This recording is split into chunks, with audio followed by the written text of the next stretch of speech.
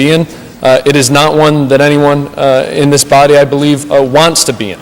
And before I get to the substance of the amendment before us, there are several points I would like to address. It is rare that I ever seek to correct my colleague, the good senator from Uxbridge, but on January 1st, the Rhode Island sales tax went to 7%. I know full well, because I took a trip to my alma mater at Providence College and realized that fact. Also in Rhode Island, they have an 8% meals tax. That's 7% sales tax plus 1% local option. So when I went to Federal Hill, to the restaurant where I honed my skills as the best wait staff and busboy in the history of Providence, I had to pay that meals tax.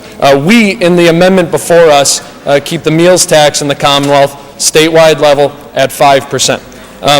And both, or I should say rather that all of the speakers who spoke before and they all spoke passionately, and I think there were valid points made by all of them, mentioned that the sales tax is either flat or declining. It should be said that nearly every single revenue source coming into the Commonwealth, every option that we have at our disposal to try and mitigate some of these deep cuts are declining or at best holding steady. We all know from studies that have been made public that we have had to become increasingly reliant on capital gains in the past fiscal cycles, probably too much so. But we have had to become that because all of our revenue streams across the Commonwealth have either stagnated or, in case of this economic disruption, declined to one degree or another. And my colleague who just spoke has been among those advocating for different economic development policies to try and grow revenues in the best way possible.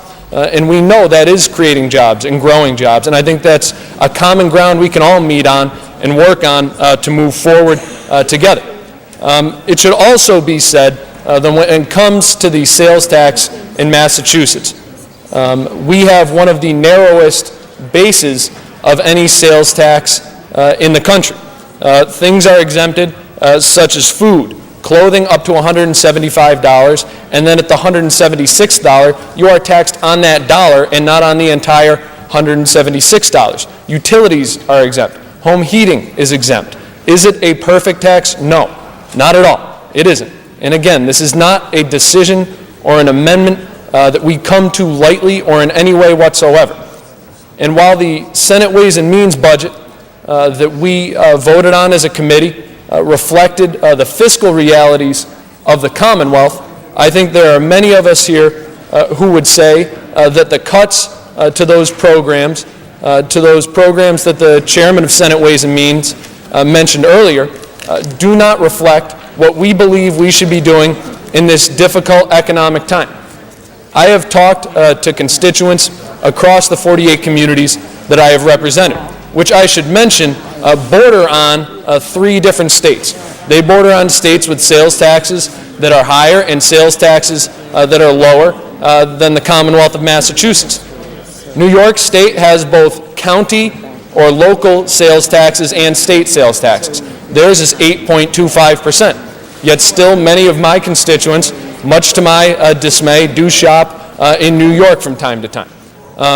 In Vermont, the sales tax is 6.05%. I'm not entirely sure how they calculate that, but that is where they are at this point. And Connecticut is at 6% for its statewide sales tax with local options as well. So yes, there are discrepancies among that one individual tax, and yes, there are discrepancies at the level of taxation. Earlier today, when I spoke on another amendment, I said I thought our goal when it comes to this debate should be to try and find some balance. I by no means expect all of my colleagues to join me today in voting to increase the sales tax to 6.25%. It is not a recommendation I come to lightly. It is not the perfect solution, nor is voting on this in any way a solution to all of the budget challenges that we face. There will still be deep cuts. There will still be increased benefits for public employees to have to pay. There will still be layoffs at different levels of government. There will still be programs and line items that aren't fulfilled. And I think the gentleman who just last spoke, the senator from Westfield, was right in saying that we need to find that balance between worthy programs and the burden that we ask the taxpayers of this Commonwealth to pay. That is not an easy balance to find in any way whatsoever.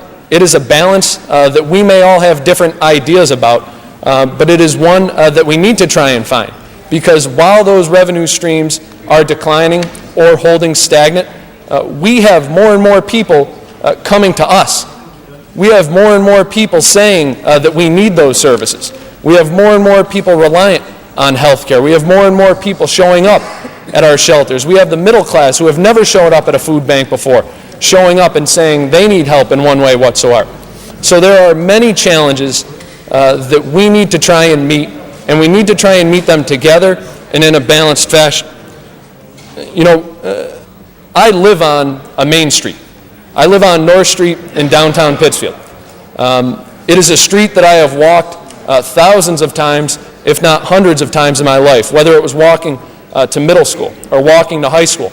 And over the past couple of weeks as I've walked from my home to my office in downtown Pittsfield, I have stopped in at many of those retailers, at restaurants and at bookstores, and asked them, are you concerned about the sales tax? But also, what else are you concerned about?